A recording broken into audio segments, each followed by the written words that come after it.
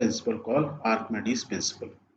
So what was the Archimedes principle, और इन्होंने कैसे पता लगाया कि किसी फ्लूइड के अंदर यदि कोई ऑब्जेक्ट को डालेंगे तो उसमें नीचे से एक फोर्स लगता है ऑपोजिट डायरेक्शन में, जो फ्लूइड उसको रेजिस्ट कर रहा था ऑब्जेक्ट को अंदर घुसने से। तो इसके लिए इन्होंने क्या किया, सर्टेन एक्सपेरिमेंट्स किए। And what are those experiments? The experiment was like this. तो आपने एक स्प्रिंग बैलेंस देखा है जिसमें एक स्प्रिंग होती है, और इसके अंदर क्या है, हम इससे वेट पता लगा सकते हैं किस चीज़ का, या मास पता लगा सकते हैं। तो देखो इसमें एक जगह ग्राम में दिया हुआ है, एक तरफ न्यूटन में दिया हुआ है। सो इन्होंने क्या किया, एक स्प्रिंग बैलेंस, ऐसा ही स्प्रिंग बैलेंस लिया, उसमें एक स्टोन को टांगा। And look, the moment he put, तो क्या हुआ, स्प्रिंग बैलेंस आप भी लगाओगे तो ऐसे पुल होता जाएगा। और जब इसका वेट और ये वेट दोनों बराबर हो जाएंगे, मतलब स्ट्रेंथ, स्प्रिंग की पुल करने की स्ट्रेंथ और वेट की, तो वो जाके स्प्रिंग बैलेंस रुक जाएगा। तो देखो कहाँ जाके रुका, अराउंड 200। तो 200 क्या है, यूनिट ग्राम है, 200 ग्राम। केजी में कितना हुआ, 0.2 kg। क्यों हुआ, स्प्रिंग क्यों पुल हुई, क्योंकि ग्रेविटी इसको पुल कर रही थी।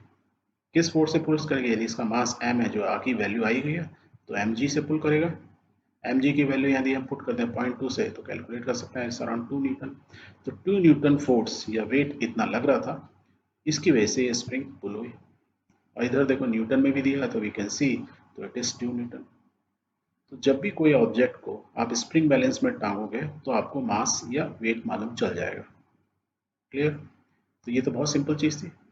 बट इस एक्सपेरिमेंट को उन्होंने दूसरे तरीके से किया।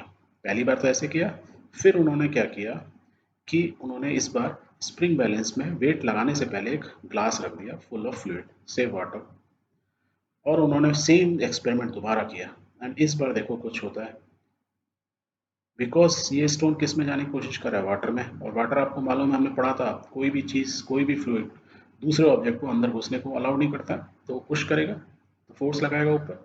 जब फोर्स लगाएगा तो टोटल नेट फोर्स कितना होगा, थ्रस्ट कितना हो जाएगा हमारा, कम। तो देखो इस बार वैल्यू कितनी आई, तो जो नीचे जो फोर्स लग रहा था वो अभी वैल्यू आ गई कम। It is around 160 gram, 0.16 kg mass में इतना हुआ। और यदि मैं वेट में लगाऊंगा तो निकाल सकता हूँ। और ऐसा क्यों हुआ, क्योंकि ऑपोजिट डायरेक्शन में बाउंसी फोर्स इसमें लग रहा है। क्लियर?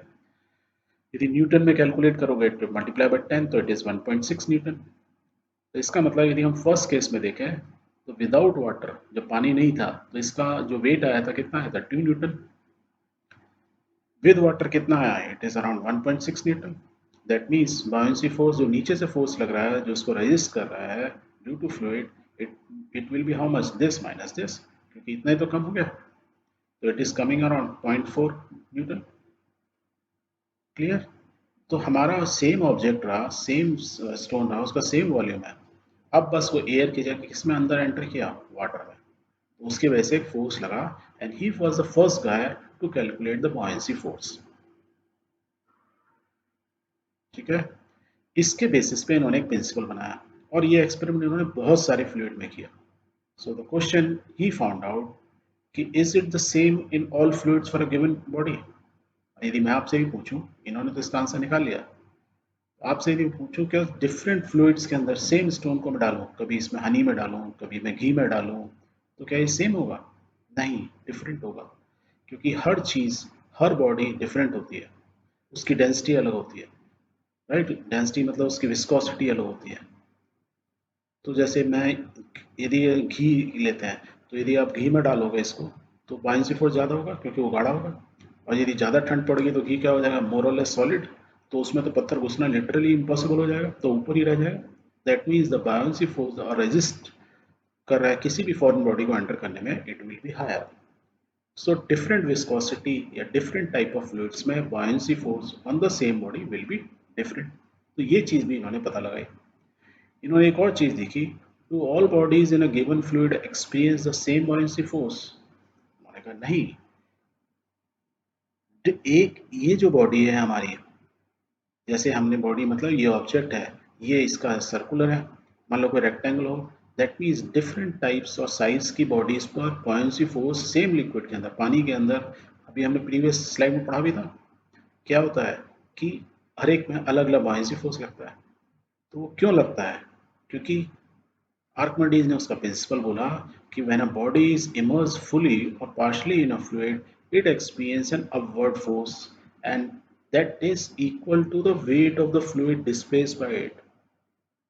कहने का मतलब यदि कोई भी बॉडी ये पत्थर आधा घुसा हो या पूरा घुसा हो तो उसमें बायंसी फोर्स रेजिस्टेंस तो स्टार्ट हो जाए। जैसी कोई भी चीज मैंने घुसना शुरू हुआ तो रेजिस्टेंस हो गई होगा, धक्का तो देगा ही देगा, अंदर घुसने से मना करेगा। वो कितना धक्का होगा? वो उतना धक्का होगा कि जितना ये ऑब्जेक्ट फ्लूइड को डिस्प्लेस कर रहा है तो इसका वॉल्यूम, जितना इसने वॉल्यूम डिस्प्लेस किया और उस वॉल्यूम इक्विवेलेंट वाटर या इक्विवेलेंट फ्लूइड, जो भी फ्लूइड जिसके अंदर भी डाल रहा है, उतना ही बायंसी फोर्स होगा। कहने का मतलब यह है कि यदि कोई चीज़ ज़्यादा अंदर जाएगी तो ज़्यादा वाटर के मॉलिक्यूल्स आ जाएंगे इकट्ठा होकर धक्का मारने के लिए, राइट। और वो कितने मॉलिक्यूल में जितने लोगों का घर चला गया, इस पत्थर ने घर छीन लिया एक तरह से मैं बोलूँ, आराम से रह रहे थे मॉलिक्यूल्स, तो उतने ही लोग धक्का मारेंगे तो रेजिस्टेंस उतना ही ज़्यादा बढ़ जाएगा। Clear? And this is called Archimedes principle. इसका बहुत जगह हम यूज करते हैं Archimedes principle day to day life में। For example lactometers. लैक्टोमीटर्स क्या हुआ? इज अ मीटर एंड लैक्टोमीज क्या होता है? मिल्क। सो मिल्क को मेजर करने के लिए दूध का पता लगाना कितना पानी मिला है। जब आपका दूध ही आता है ना दूध देने के लिए मिल्कमैन, तो क्या करो, एक ऐसा करके ना, एक वो होता है कांच का, राइट, आजकल तो प्लास्टिक के भी आने लगे, तो इसमें एक बैलून टाइप का ही होता है बना हुआ और उसमें यहाँ मार्किंग होती है, ये दिख रही है मार्किंग, राइट। तो यदि ये हमारा मिल्क यदि बिल्कुल प्योर मिल्क है तो मैं इसको इसके अंदर डालूंगा तो मिल्क जो है इसको पुश करेगा, रेजिस्टेंस करेगा, अंदर मत घुसो। तो क्या है, फ्लूइड की एक डेंसिटी, यदि इसकी डेंसिटी जितनी ज़्यादा गाढ़ी होगी, हमने बोला उतना ज़्यादा रेजिस्टेंस होगा, मीन से उतना ऊपर रहेगा। और यदि पानी मिला देते हैं तो क्या है, पानी की डेंसिटी कम होती है, तो दूध में पानी मिल गया तो डेंसिटी कम होगी, दैट मीन्स ये उतना अंदर ज़्यादा घुसेगा।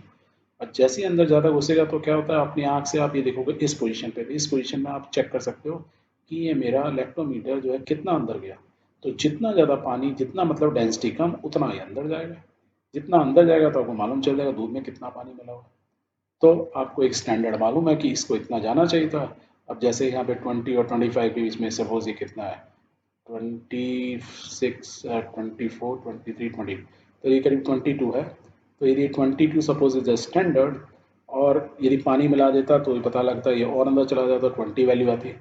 यदि लैक्टोमीटर में 20 आनी चाहिए 22, दैट मीन्स मेरा उतना पानी उसमें घुसा हुआ। तो ये कैसे हुआ? ये बायोन्सी फोर्स की वजह से हुआ, क्योंकि ये हमने कौन सा प्रिंसिपल यूज किया? आर्किमिडीज में से। अब ये तो क्योंकि दूर मेजर करें, इसको इसको इसलिए इलेक्ट्रोमीटर बोल देते हैं, अदरवाइज इनको हाइड्रोमीटर्स बोला जाता है। हाइड्रोमीटर मीन्स कैरोसिन हुआ, पेट्रोल पंप पे जाओगे तो उसमें पेट्रोल में कैरोसिन ने मिला दियो, राइट। तो ये सब चीज़ें होती हैं, वहाँ डाल के ऐसे डिप करके देखते हो आपको मालूम चल जाता है।